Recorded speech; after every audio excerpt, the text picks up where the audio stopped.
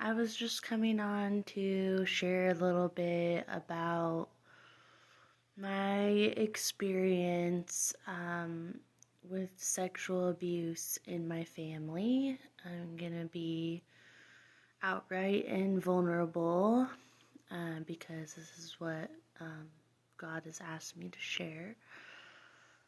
But, so growing up, I was really shy. I isolated a lot. I always felt odd, weird, like I didn't fit in, or just like people didn't like me. And when I got into middle school, I started dating boys, and when I was 14, I got in a serious relationship with an older guy, of course, which is common with um, people who've been sexually abused. Um, I wasn't like super promiscuous, but well, I did like experiment with internet, doing cam shows to get attention and things like that. Pretty young. Um, I I had sex and lost my virginity for the first time at 14, 15 maybe, 14, I think. But I I was always like really scared. My boyfriend that I was with a long time noticed that I would like clench up and get scared, and he even brought up the question before if I had ever had any sexual abuse or like what was wrong, um, because he just noticed I was really frightened when like doing sexual activities. And so that kind of brought up the question, but I was like, no, of course not. I didn't really think anything of it. And then, so I had my first child, Alexis, with him, and I was 16 years old, and I had my daughter. And so that brings to like years and years down the road. My daughter was about 4 years old, and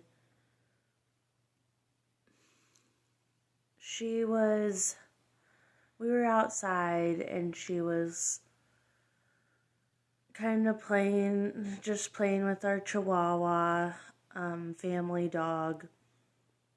I lived with, my grandparents, my parents, and, my brother.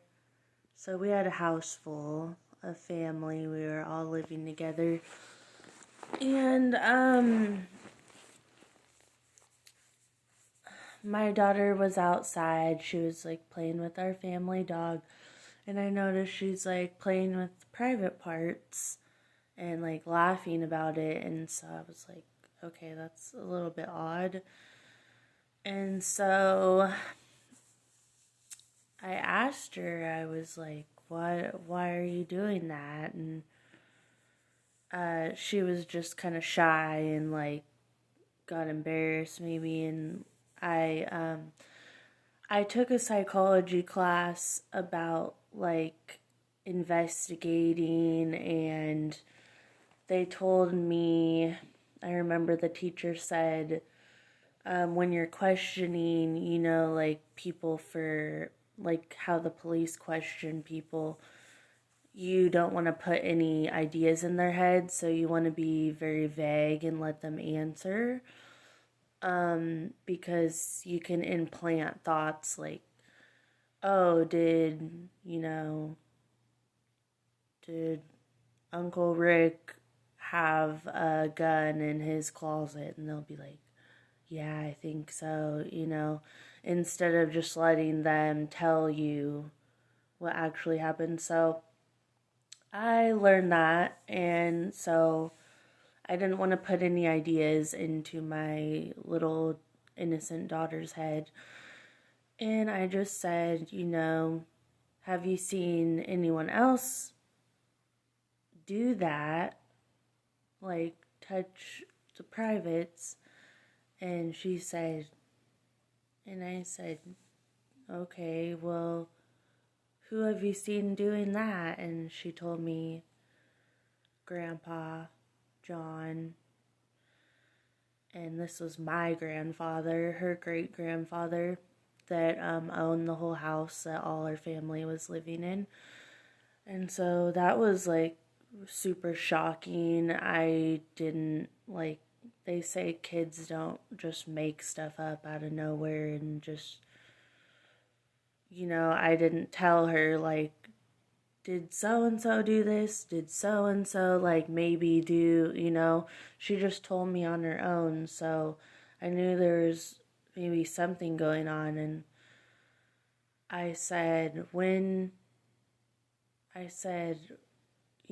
happened? And she told me that Grandpa touched her privates or showed me his, and I showed him my privates, and I was just horrified. I kept calm while talking to her and just said, like, when did this happen? Was Mommy at home? She said no, Mommy was at work and we were in the bathroom. So I knew she wasn't just like making up a random story. This was obviously, she knew I wasn't around to protect her, and obviously used the bathroom like, oh, maybe it was just potty training or whatever, but that's how predators like try to cover. So I immediately notified DHS, and they held out this investigation, and it was, I remember I came in, after she told me this, I just bawled my eyes out, and I questioned him. I don't know if that's the right thing to do, but of course, I was like, he's gonna tell me. He said, of course I didn't, this and that, and like talked to my family members that were around. I was just like a mess, and they were like, okay, well, let's try to talk to him about this. So they tried to talk to him, and of course he was just like, my mother had a history of bipolar disease, so that was always the blame shifted on me, like, oh, she's a little crazy. I think she's developing something like her mom. She's not there in the brain. And it's like, no, I I know exactly what was going on, and abusers like to gaslight and be like, maybe you're remembering things wrong, or making stuff up, or you're the one who's causing problems. And so that happened, first of all, and then so I had to I didn't have anywhere to go. Like, my grandparents housed my family. My family was, not super poor, but poor enough to where we kind of all depended on each other. And I was a single mom with no help at the time. And so I had DHS investigate. I tried to move in with other different relatives. That was really hard because, none of my relatives, they all just thought something was going on with me. And I was like having a mental breakdown and like, oh no, she's going bipolar. And I'm like traumatized because I found out like someone I loved and trusted is hurting children, is sexually abusing my child, which is like, love of my life, my little child, and it's like, it's so painful. I don't want anyone to hurt her, and that was just really, really hard, just going through that. And so I stayed at another grandma's on my other side, and my aunt and things, and I know just like I would talk about, I wanted to talk about this because it was like going through my mind, and no one would listen. They were just like, that's unfortunate, and just, kind of be quiet, and like I could tell they were just like, woo woo. And so I had DHS investigating. They said they would do lie detector and things, which I found out like doesn't really work. Like my daughter's dad actually had even done, he had a lot of sexual problems and different things. And another red flag, because like my family has sexual predators, so I chose a guy that was a sexual predator because that's what I knew. And so like I've read lots of books on sexual abuse and all this stuff, so I know like psychological patterns and just things like that, like how you choose a mate, like your sexually abusive family members, if that's what you're used to.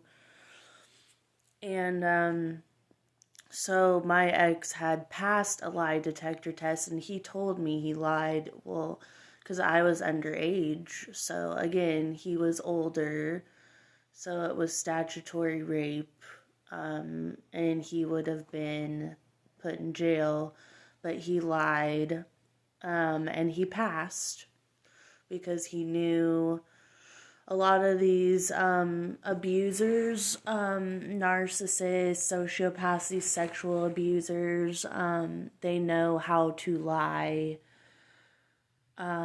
They lie to themselves, so they tell themselves like it's okay, or like, oh, it wasn't really sexual abuse because like this and or like she wanted to, so it's not really rape, this kind of rape that they're saying. And so they do things in their own brain, to pass these lies because they really believe their own lies. They're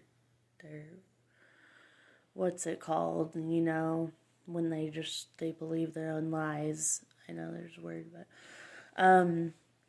so they believe that. And they also, DHS had me go into a hospital, a special hospital, where they checked my daughter. They had me leave the room, which I didn't think of anything at the time. I trusted the doctors, at least. Like, I didn't trust anyone at that time. I was like going through hell. And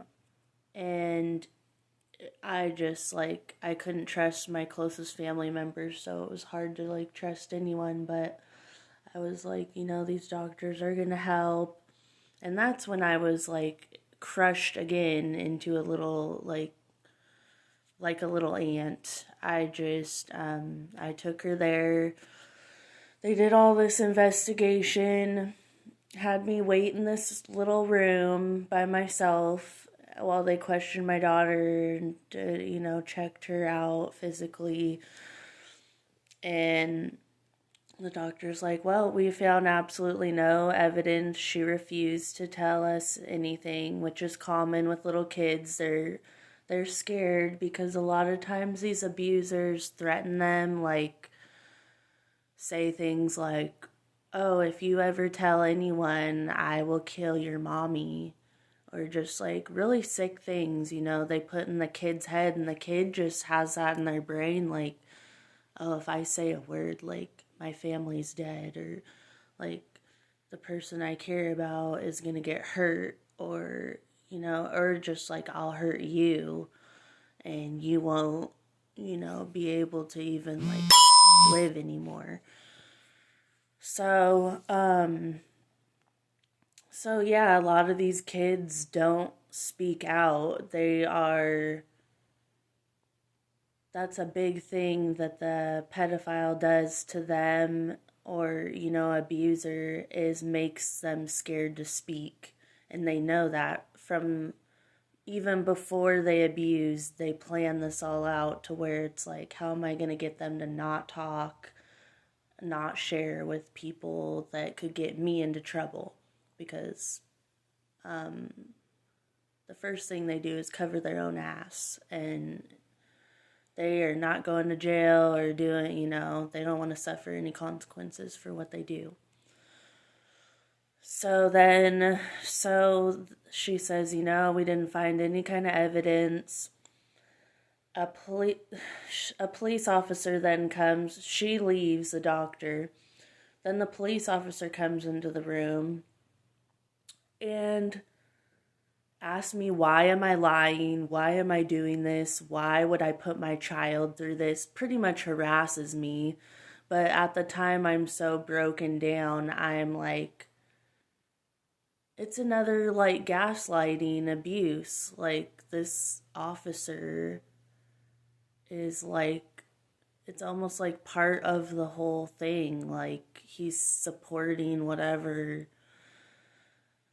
I don't believe all officers are bad, but some are very, like, messed up. Like, he might have been a pedophile or something himself. The way he talked to me, he was just like, you scum. Like, you drug your child here to get checked out, and you made all this up. And I'm just like, how can a cop say that? Like, you don't know me. You don't, like, you have no evidence.